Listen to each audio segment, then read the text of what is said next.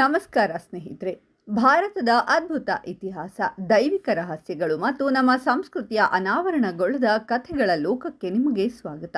ಇದು ಸಾಮಾನ್ಯ YouTube channel ಅಲ್ಲ, ಇದು ಒಂದು ಪ್ರಯಾಣ, ಭಕ್ತಿಯ, ಇತಿಹಾಸದ ಮತ್ತು ಅದ್ಭುತಗಳ ಅನ್ವೇಷಣೆಯ ಪ್ರಯಾಣ. ನಮ್ಮ ಈ ಚಾನಲ್ನಲ್ಲಿ ನೀವು ನೋಡಲಿರುವುದು ಪ್ರಾಚೀನ ದೇವಸ್ಥಾನಗಳ ಮಹಿಮೆ, ಅವುಗಳ ಹಿಂದೆ ಇರುವ ಅಚ್ಚರಿ ಹುಟ್ಟಿಸುವ ರಹಸ್ಯಗಳು, ನಮ್ಮ ಪೂರ್ವಜರ ಅದ್ಭುತ ಜ್ಞಾನ ಮತ್ತು ಶಿಲ್ಪಕಲೆ. ಪ್ರತಿ ವಿಡಿಯೋ ಕೂಡ ಒಂದು ಕಥೆ, ನಿಮ್ಮ ಮನಸ್ಸನ್ನು ಸ್ಪರ್ಶಿಸುವ ಕಥೆ, ನಿಮ್ಮ ಆತ್ಮವನ್ನು ಎಚ್ಚರಿಸುವ ಕಥೆ. ನೀವು ಭಕ್ತಿ, ಇತಿಹಾಸ ಮತ್ತು ರಹಸ್ಯಗಳನ್ನು ಪ್ರೀತಿಸುವವರಾದರೆ ಈ ಚಾನಲ್ ನಿಮಗಾಗಿ. ಹೀಗಾಗಿ ಈಗಲೇ ಸಬ್ಸ್ಕ್ರೈಬ್ ಮಾಡಿ ಮತ್ತು ಈ ಅದ್ಭುತ ಪ್ರಯಾಣದ ಒಂದು ಭಾಗವಾಗಿರಿ. ಇದು ನಿಮ್ಮ ದಿವ್ಯ ರಹಸ್ಯ ಟಿವಿ. ಹಿಮಾಲಯ ಪರ್ವತಗಳ ಮಧ್ಯದಲ್ಲಿ ಹಿಮ ಮತ್ತು ಮೋಡಗಳ ನಡುವೆ ಒಂದು ಅದ್ಭುತ ಸ್ಥಳವಿದೆ. ಅದೇ ಕೇದಾರನಾಥ ದೇವಸ್ಥಾನ. ಈ ಸ್ಥಳವನ್ನು ನೋಡಿದರೆ ಮನಸ್ಸಿಗೆ ಒಂದು ವಿಚಿತ್ರವಾದ ಶಾಂತಿ ಸಿಗುತ್ತೆ. ಆದರೆ ಇದರ ಹಿಂದೆ ಇರುವ ರಹಸ್ಯಗಳು, ಅದ್ಭುತಗಳು, ಕಥೆಗಳು ನಿಮಗೆ ಗೊತ್ತಿದೆಯಾ? ಭಾರತದ 12 ಜ್ಯೋತಿರ್ಲಿಂಗಗಳಲ್ಲಿ ಒಂದಾದ ಕೇದಾರನಾಥ ಶಿವನ ಅತ್ಯಂತ ಪವಿತ್ರ ಕ್ಷೇತ್ರಗಳಲ್ಲಿ ಒಂದು. ಇಲ್ಲಿ ಇರುವ ಶಿವಲಿಂಗ ಸಾಮಾನ್ಯವಲ್ಲ. ಇದನ್ನು ಸ್ವಯಂಭೂ ಎಂದು ಕರೆಯುತ್ತಾರೆ. ಅಂದರೆ ದೇವರು ಸ್ವತಃ ಪ್ರತ್ಯಕ್ಷವಾದ ರೂಪ. ಸುಮಾರು 11,700 ಅಡಿ ಎತ್ತರದಲ್ಲಿ ಇರುವ ಈ ದೇವಸ್ಥಾನ ಹಿಮಾಲಯದ ಕಠಿಣ ಪರಿಸ್ಥಿತಿಗಳಲ್ಲೂ ಶತಮಾನಗಳಿಂದ ನಿಂತಿದೆ. ಇಲ್ಲಿ ಹೋಗುವುದು ಸುಲಭವಲ್ಲ, ಆದರೆ ಭಕ್ತರು ಎಷ್ಟೇ ಕಷ್ಟ ಬಂದರೂ ಶಿವನ ದರ್ಶನಕ್ಕಾಗಿ ಪ್ರಯಾಣ ಮಾಡ್ತಾರೆ. ಕೇದಾರನಾಥದ ಕಥೆ ಮಹಾಭಾರತ ಕಾಲಕ್ಕೆ ಹೋಗುತ್ತೆ. ಕುರುಕ್ಷೇತ್ರ ಯುದ್ಧದ ನಂತರ ಪಾಂಡವರು ತಮ್ಮ ಪಾಪಗಳಿಂದ ಮುಕ್ತಿ ಪಡೆಯಲು ಶಿವನ ಶರಣಾಗಿದ್ರು. ಆದರೆ ಶಿವನು ಅವರಿಗೆ ತಕ್ಷಣ ದರ್ಶನ ಕೊಡಲಿಲ್ಲ. ಅವರು ನಂದಿ ರೂಪದಲ್ಲಿ ಹಿಮಾಲಯಕ್ಕೆ ತೆರಳಿದರು. ಪಾಂಡವರು ಶಿವನನ್ನ ಹುಡುಕುತ್ತಾ ಬಂದಾಗ ಭೀಮನಿಗೆ ನಂದಿ ರೂಪದಲ್ಲಿದ್ದ ಶಿವನ ಬಗ್ಗೆ ಅನುಮಾನ ಬಂತು. ಅವನು ಅದನ್ನು ಹಿಡಿಯಲು ಯತ್ನಿಸಿದಾಗ ಶಿವನು ಭೂಮಿಯೊಳಗೆ ಅಡಗಿಕೊಂಡನು. ಆ ಸಂದರ್ಭದಲ್ಲಿ ನಂದಿಯ ದೇಹದ ಭಾಗಗಳು ಬೇರೆ ಬೇರೆ ಸ್ಥಳಗಳಲ್ಲಿ ಪ್ರತ್ಯಕ್ಷವಾದವು. ಅವುಗಳಲ್ಲಿ ಹಿಂಭಾಗ ಕೇದಾರನಾಥದಲ್ಲಿ ಕಾಣಿಸಿಕೊಂಡಿತು ಎಂದು ಪುರಾಣ ಹೇಳುತ್ತೆ. ಆ ಕಾರಣದಿಂದ ಇಲ್ಲಿರುವ ಶಿವಲಿಂಗಕ್ಕೆ ವಿಶೇಷವಾದ ಆಕಾರವಿದೆ. ಇದು ಸಾಮಾನ್ಯ ಲಿಂಗದಂತೆ ಇಲ್ಲ, ಒಂದು ವಿಭಿನ್ನವಾದ ಗಟ್ಟಿಯಾದ ರೂಪದಲ್ಲಿದೆ. ಈ ದೇವಸ್ಥಾನ ಕೇವಲ ಭಕ್ತಿಯ ಸಂಕೇತವಲ್ಲ, ಇದು ಪ್ರಕೃತಿಯ ನಡುವೆ ನಿಂತಿರುವ ಒಂದು ಅದ್ಭುತ ನಿರ್ಮಾಣವೂ ಹೌದು.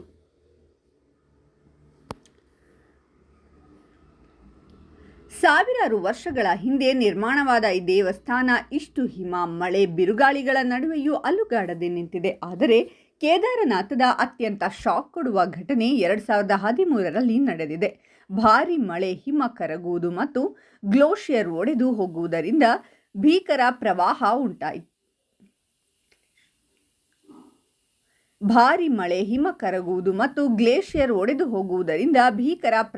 ಉಂಟಾಯಿತು. ನದಿಯ ನೀರು ಎಲ್ಲವನ್ನ ಹೊತ್ತುಕೊಂಡು ಹೋಗುತ್ತಿತ್ತು. ಮನೆಗಳು, ಜನರು ಎಲ್ಲವೂ ನಾಶವಾಗ್ತಾ ಇತ್ತು. ಆ ಸಮಯದಲ್ಲಿ ಕೇದಾರನಾಥ ದೇವಸ್ಥಾನವು ನಾಶವಾಗಬಹುದು ಎಂದು ಎಲ್ಲರೂ ಭಯಪಟ್ಟರು. ಆದರೆ ಅಲ್ಲಿ ಒಂದು ಅದ್ಭುತ ಸಂಭವಿಸಿತು. ದೇವಸ್ಥಾನದ ಹಿಂಭಾಗದಲ್ಲಿ ಒಂದು ದೊಡ್ಡ ಕಲ್ಲು ಬಂದು ನಿಂತಿತು. ಆ ಕಲ್ಲು ಪ್ರವಾಹದ ನೀರನ್ನ ಬೇರೆ ದಿಕ್ಕಿಗೆ ತಿರುಗಿಸಿತು. ಆ ಮೂಲಕ ದೇವಸ್ಥಾನವನ್ನ ರಕ್ಷಿಸಿತು. ಈ ಕಲ್ಲನ್ನ ಇಂದು ಭೀಮಶಿಲೆ ಎಂದು ಕರೆಯುತ್ತಾರೆ. ಈ ಘಟನೆ ನೋಡಿದಾಗ ಎಲ್ಲರೂ ಆಶ್ಚರ್ಯಪಟ್ಟರು. ಇದು ಕೇವಲ ಯಾದೃಚ್ಛಿಕವೇ ಅಥವಾ ಶಿವನ ಶಕ್ತಿಯೇ? ಹೇಗೆ ಒಂದು ದೊಡ್ಡ ಕಲ್ಲು ಸರಿಯಾದ ಸಮಯದಲ್ಲಿ ಬಂದು ದೇವಸ್ಥಾನವನ್ನ ರಕ್ಷಿಸಿತು? ಕೆಲವರು ಇದನ್ನು ವಿಜ್ಞಾನದಿಂದ ವಿವರಿಸಲು ಪ್ರಯತ್ನಿಸುತ್ತಾರೆ, ಆದರೆ ಭಕ್ತರ ದೃಷ್ಟಿಯಲ್ಲಿ ಇದು ಶಿವನ ಕೃಪೆ. ಯಾಕಂದ್ರೆ ಆ ಪ್ರದೇಶದಲ್ಲಿನ ಅನೇಕ ಕಟ್ಟಡಗಳು ನಾಶವಾದರೂ ದೇವಸ್ಥಾನ ಮಾತ್ರ ಉಳಿದಿದೆ. ಕೇದಾರನಾಥದಲ್ಲಿ ಯಾತ್ರೆ ಮಾಡುವುದು ಸಹ ಒಂದು ದೊಡ್ಡ ಅನುಭವ. ಇಲ್ಲಿ ಹೋಗಲು ಸುಮಾರು 16ರಿಂದ 18 ಕಿಲೋಮೀಟರ್ ನಡೆದು ಹೋಗಬೇಕು. ಪರ್ವತಗಳ ಮಧ್ಯೆ ತಂಪಾದ ಹವಾಮಾನದಲ್ಲಿ ಹರ ಹರ ಮಹಾದೇವ ಎಂಬ ಘೋಷಣೆ ಕೇಳುತ್ತಾ ಹೋಗುವುದು ಭಕ್ತರಿಗೆ ಒಂದು ವಿಶೇಷ ಅನುಭವ.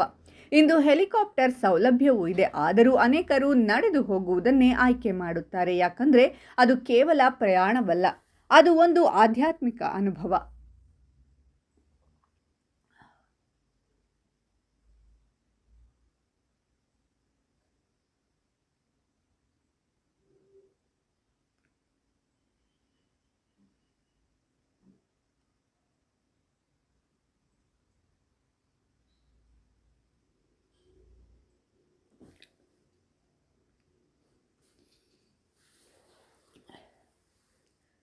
ಚಳಿಗಾಲದಲ್ಲಿ ಇಲ್ಲಿ ಭಾರಿ ಹಿಮ ಬೀಳುತ್ತೆ. ಆ ಸಮಯದಲ್ಲಿ ದೇವಸ್ಥಾನವನ್ನ ಮುಚ್ಚಲಾಗುತ್ತೆ.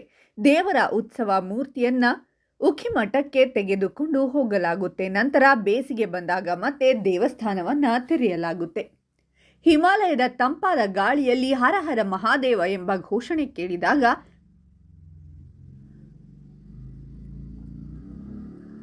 ಮನಸ್ಸು ಒಂದು ವಿಭಿನ್ನ ಲೋಕಕ್ಕೆ ಹೋಗುವಂತೆ ಅನಿಸುತ್ತೆ. ಕೇದಾರನಾಥದಲ್ಲಿ ನಿಂತಿರುವಾಗ ನಾವು ಸಾಮಾನ್ಯ ವ್ಯಕ್ತಿಗಳಲ್ಲ, ದೇವರ ಸನ್ನಿಧಿಯಲ್ಲಿ ನಿಂತಿರುವ ಭಕ್ತರು ಎಂಬ ಭಾವನೆ ಬರುತ್ತೆ. ಕೇದಾರನಾಥದ ಸುತ್ತಮುತ್ತಲಿನ ಪ್ರಕೃತಿ ಸಹ ತುಂಬಾ ಅದ್ಭುತವಾಗಿದೆ. ದೊಡ್ಡ ದೊಡ್ಡ ಹಿಮ ಪರ್ವತಗಳು, ಶುದ್ಧವಾದ ಗಾಳಿ, ತಂಪಾದ ಹವಾಮಾನ, ಇವುಗಳ ನಡುವೆ ದೇವಸ್ಥಾನ ನಿಂತಿರುವುದು ಒಂದು ದೈವಿಕ ಅನುಭವ. ಇಲ್ಲಿ ಬರುವ ಪ್ರತಿಯೊಬ್ಬ ಭಕ್ತನಿಗೂ ಜೀವನದಲ್ಲಿ ಒಂದು ಹೊಸ ಅರ್ಥ ಸಿಗುತ್ತದೆ. ಇಲ್ಲಿ ಹರಿಯುವ ಮಂದಾಕಿನಿ ನದಿ ಕೂಡ ತುಂಬಾ ಪವಿತ್ರ. ಈ ನದಿ ಪರ್ವತಗಳ ಮಧ್ಯದಿಂದ ಹರಿದು ಬರುತ್ತದೆ.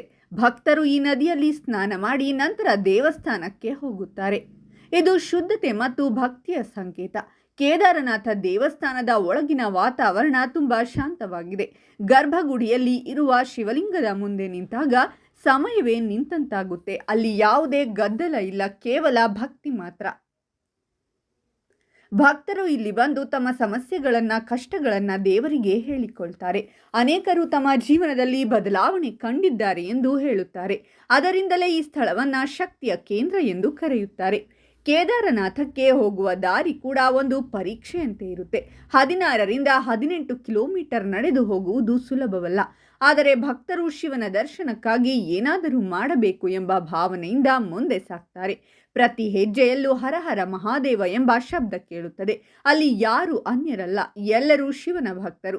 ಈ ಭಾವನೆ ಯಾತ್ರೆಯನ್ನ ಇನ್ನಷ್ಟು ವಿಶೇಷವಾಗಿಸುತ್ತದೆ. 2013ರ ಪ್ರವಾಹದ ನಂತರ ಕೇದಾರನಾಥದ ಮಹತ್ವ ಇನ್ನಷ್ಟು ಹೆಚ್ಚಾಗಿದೆ. ಜನರು ಇದನ್ನು ಶಿವನ ಅದ್ಭುತ ರಕ್ಷಣೆ ಎಂದು ನಂಬುತ್ತಾರೆ. ದೇವಸ್ಥಾನದ ಹಿಂಭಾಗದಲ್ಲಿ ನಿಂತಿರುವ ಭೀಮಶಿಲೆ ಇಂದು ಕೂಡ ಅದೇ ರೀತಿಯಲ್ಲಿ ಇದೆ. ಭಕ್ತರು ಆ ಕಲ್ಲನ್ನು ನೋಡಿದಾಗ ದೇವರ ಶಕ್ತಿಯನ್ನು ಅನುಭವಿಸುತ್ತಾರೆ. ಇದು ಕೇವಲ ಕಲ್ಲಲ್ಲ, ಶಿವನ ಕೃಪೆ ಎಂದು ಅನಿಸುತ್ತದೆ. ಕೇದಾರನಾಥ ದೇವಸ್ಥಾನವನ್ನು ನಿರ್ಮಿಸಿದ ವಿಧಾನವು ಒಂದು ಆಶ್ಚರ್ಯ. ಇಷ್ಟು ಎತ್ತರದಲ್ಲಿ, ಇಷ್ಟು ಕಠಿಣ ಪರಿಸ್ಥಿತಿಯಲ್ಲಿ ಆ ಕಾಲದಲ್ಲಿ ಈ ದೇವಸ್ಥಾನವನ್ನು ಹೇಗೆ ನಿರ್ಮಿಸಿದರು? ಇದು ಇಂದಿಗೂ ಒಂದು ಪ್ರಶ್ನೆಯಾಗಿದೆ. ಕೆಲವರು ಹೇಳ್ತಾರೆ ಇದು ಪಾಂಡವರ ಕಾಲದ ನಿರ್ಮಾಣ. ಇನ್ನು ಕೆಲವರು ಆದಿಶಂಕರಾಚಾರ್ಯರು ಈ ದೇವಸ್ಥಾನವನ್ನು ಪುನರ್ ನಿರ್ಮಿಸಿದರು ಎಂದು ಹೇಳುತ್ತಾರೆ. ಏನೇ ಆಗಿರಲಿ, ಇದು ಒಂದು ಮಹಾನ್ ಇತಿಹಾಸವನ್ನು ಹೊಂದಿದೆ. ಆದಿಶಂಕರಾಚಾರ್ಯರು ಈ ಸ್ಥಳದಲ್ಲಿ ತಪಸ್ಸು ಮಾಡಿದರೆಂದು ನಂಬಲಾಗಿದೆ. ಅವರ ಸಮಾಧಿ ಕೂಡ ದೇವಸ್ಥಾನದ ಸಮೀಪದಲ್ಲಿದೆ. ಇದರಿಂದ ಈ ಸ್ಥಳದ ಆಧ್ಯಾತ್ಮಿಕ ಮಹತ್ವ ಇನ್ನಷ್ಟು ಹೆಚ್ಚುತ್ತೆ. ಕೇದಾರನಾಥದಲ್ಲಿ ಕಳೆಯುವ ಪ್ರತಿಯೊಂದು ಕ್ಷಣವೂ ವಿಶೇಷ. ಬೆಳಿಗ್ಗೆ ಸೂರ್ಯೋದಯದ ಸಮಯದಲ್ಲಿ ದೇವಸ್ಥಾನವನ್ನು ನೋಡಿದರೆ ಅದು ಸ್ವರ್ಗದಂತಿರುತ್ತದೆ. ಸೂರ್ಯನ ಕಿರಣಗಳು ಹಿಮ ಪರ್ವತಗಳ ಮೇಲೆ ಬೀಳುವಾಗ ದೇವಸ್ಥಾನ ಚಿನ್ನದಂತೆ ಹೊಳೆಯುತ್ತದೆ. ಸಂಜೆಯ ಸಮಯದಲ್ಲಿ ನಡೆಯುವ ಆರತಿ ಕೂಡ ತುಂಬಾ ಭವ್ಯ. ದೀಪಗಳ ಬೆಳಕು, ಮಂತ್ರಗಳ ಧ್ವನಿ ಮತ್ತು ಭಕ್ತರ ಭಾವನೆ, ಇವುಗಳೆಲ್ಲ ಸೇರಿ ಒಂದು ದೈವಿಕ ವಾತಾವರಣ ಸೃಷ್ಟಿಸುತ್ತವೆ.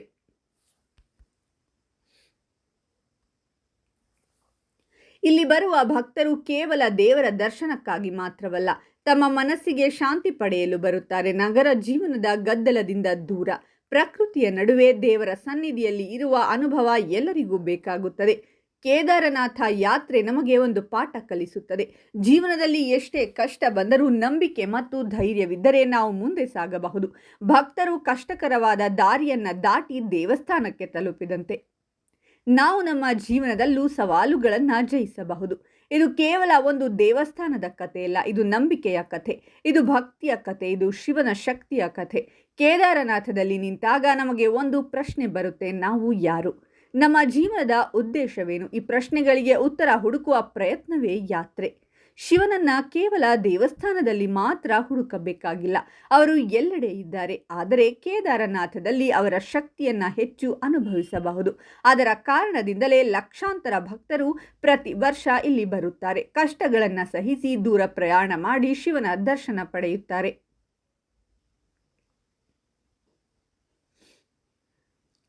ಕೇದಾರನಾಥದಲ್ಲಿ ಒಂದು ವಿಶೇಷವಾದ ಅನುಭವ ಏನಂದರೆ ಅಲ್ಲಿ ಕಾಲವೇ ನಿಂತಂತಾಗುತ್ತೆ.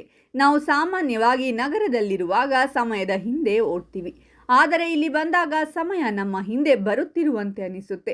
ಅಲ್ಲಿ ಪ್ರತಿಯೊಂದು ಉಸಿರು ಶುದ್ಧವಾಗಿರುತ್ತದೆ. ಗಾಳಿಯಲ್ಲಿ ತರುವ ತಂಪು, ಹಿಮದ ಸುವಾಸನೆ ಮತ್ತು ಭಕ್ತರ ಧ್ವನಿ ಇವುಗಳೆಲ್ಲ ಸೇರಿ ಒಂದು ದೈವಿಕ ಲೋಕವನ್ನು ಸೃಷ್ಟಿಸುತ್ತವೆ. ಕೇದಾರನಾಥದ ಸುತ್ತಮುತ್ತಲಿನ ಹಿಮ ಪರ್ವತಗಳನ್ನು ನೋಡಿದರೆ ಅವು ಕೇವಲ ಪರ್ವತಗಳಂತೆ ಕಾಣುವುದಿಲ್ಲ, ಅವು ಶಿವನ ರಕ್ಷಣೆಯ ಗೋಡೆಗಳಂತೆ ಅನಿಸುತ್ತವೆ.